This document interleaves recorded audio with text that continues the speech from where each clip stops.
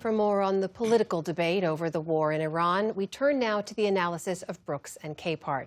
That's The Atlantic's David Brooks and Jonathan Capehart of MS Now. Great to see you both. Hey, Amna. So as we sit here and speak now, as we reported at the top of the show, there's still a U.S. crew member from that downed fighter jet missing, a search and rescue operation underway. We know Iranians were also able to shoot down another aircraft over the Gulf, shot at a Black Hawk helicopter that returned to base safely. Iranian leaders are looking for that missing crew member on the ground. David, all of this is just 2 days after the president said in an address to the nation that the U.S. had crippled the Iranian military and the war was nearly over. What's your reaction to all of this? Yeah, there's one of the disadvantages of having a huckster for president, that he does he can't tell the American people that when you're going to war, it's horrible.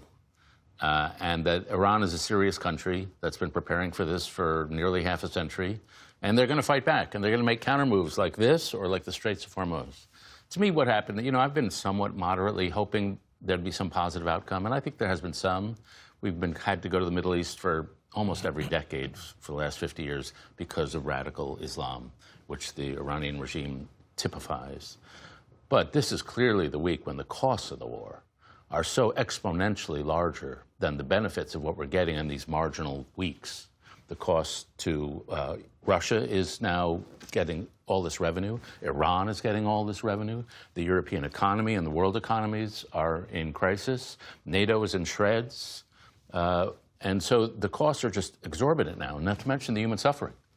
And so if Trump doesn't see that we're losing, every day he continues this thing, he's going to just face more and more political problems, military problems, and all sorts of problems. And so he just needs to admit that what's going on, and I doubt he has the mental ability to do that. Jonathan? I mean, this is a war of choice. We didn't need to take this action now. What's funny, but not funny, playing on cable right now on a loop is Top Gun Maverick.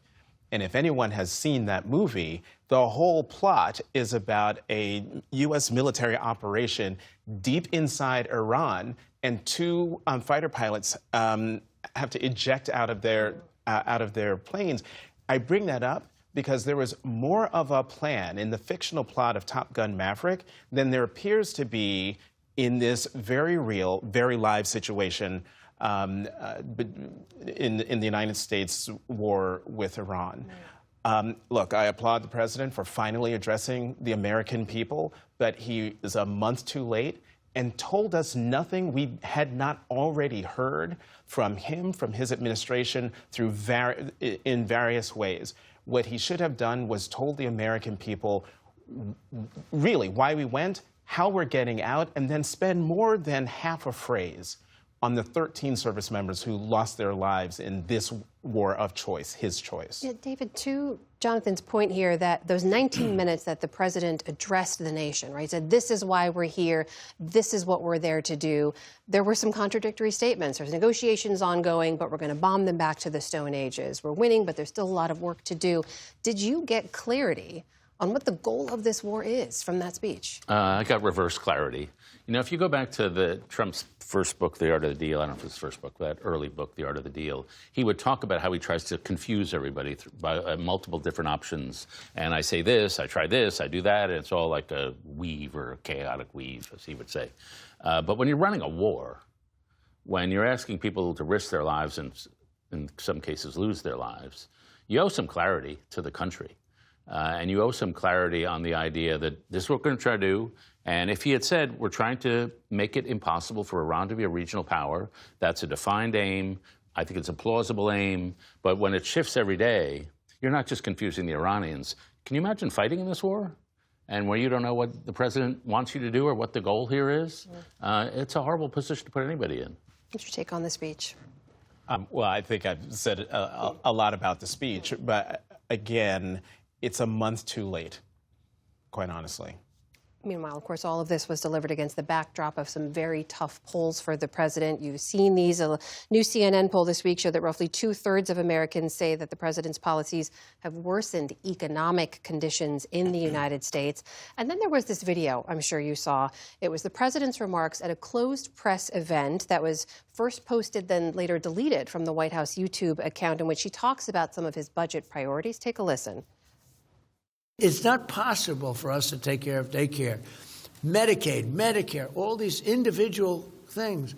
They can do it on a state basis. You can't do it on a federal. We have to take care of one thing, military protection. We have to guard the country.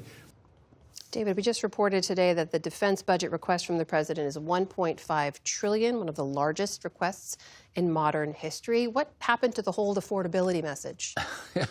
Well, I mean, gas prices went up. You know, they can't keep a model on this. One of the things that strikes me about Trump is a basic loss of basic economic knowledge. So, for example, in reference to the Iran war, he said it's not our problem because we don't use oil that goes through the Straits of Hormuz. And literally, that's true.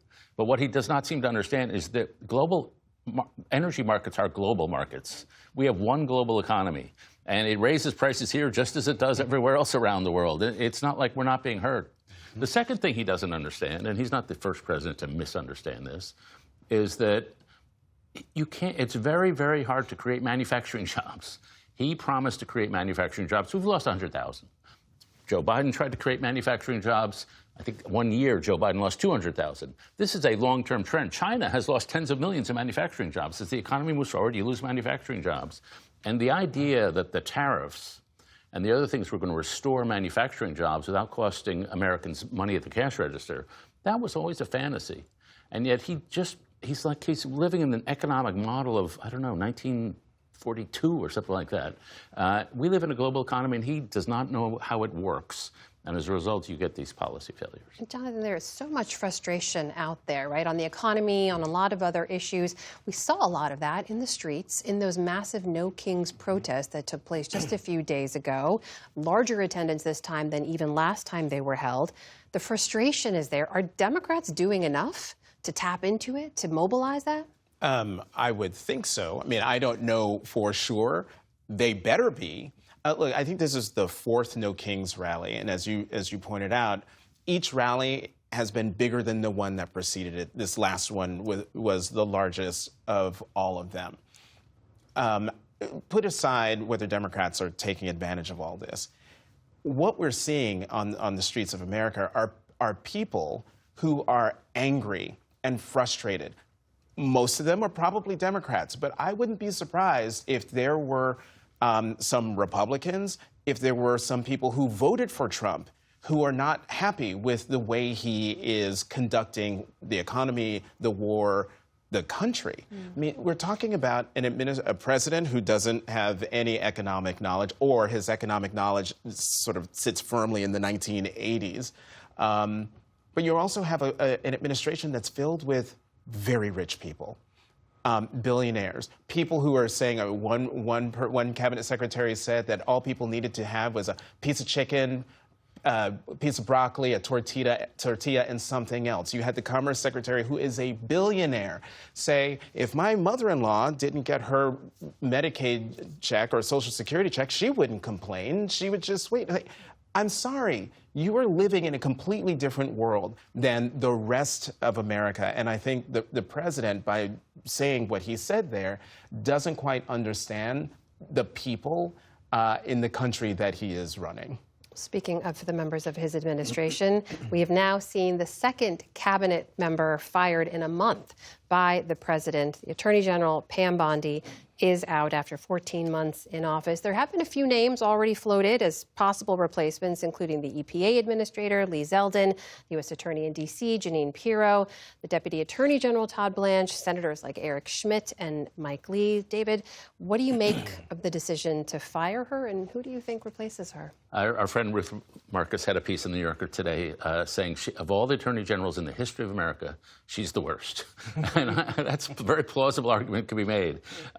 She gutted the agency. Any lawyer with integrity, or most of them, they just can't stomach this. Her handling of the Epstein files was obviously horrendous. And she was ineffective at doing the illegal things that she tried to do on behalf of Donald Trump. And so the difference with this and the Kristi Noem firing was that Noem... Former Homeland Security. Former Homeland Security. Yeah. One got the sense that Trump knew that the ICE policy had gone too far.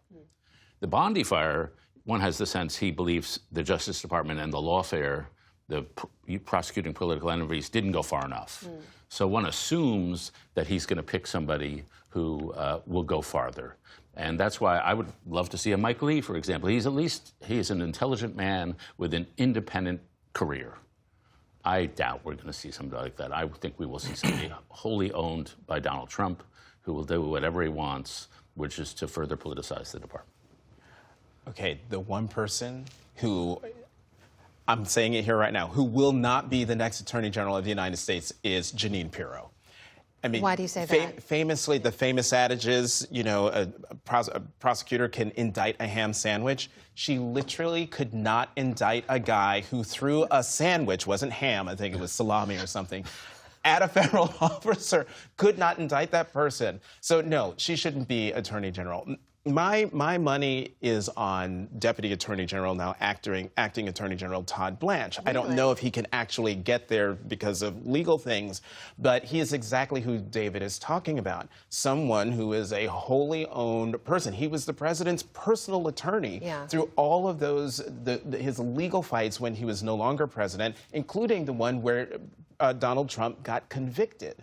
So either Todd Blanche or a member of the Senate, because those are the only two people who I could imagine could get through Senate confirmation. Well, wasn't Todd Blanche, in 30 seconds we have left, also went down to meet with Ghislaine Maxwell in prison? They want that coming up in a confirmation hearing, you think? Hey, look, Trump wants what he wants, although we don't know who he wants yet, so we'll find out. We will find out. Jonathan Capehart, David Brooks, always great to see you both. Thank you. Thanks. Good to see you.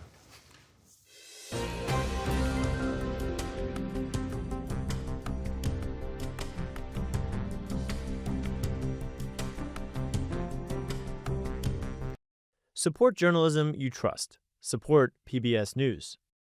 Donate now, or even better, start a monthly contribution today.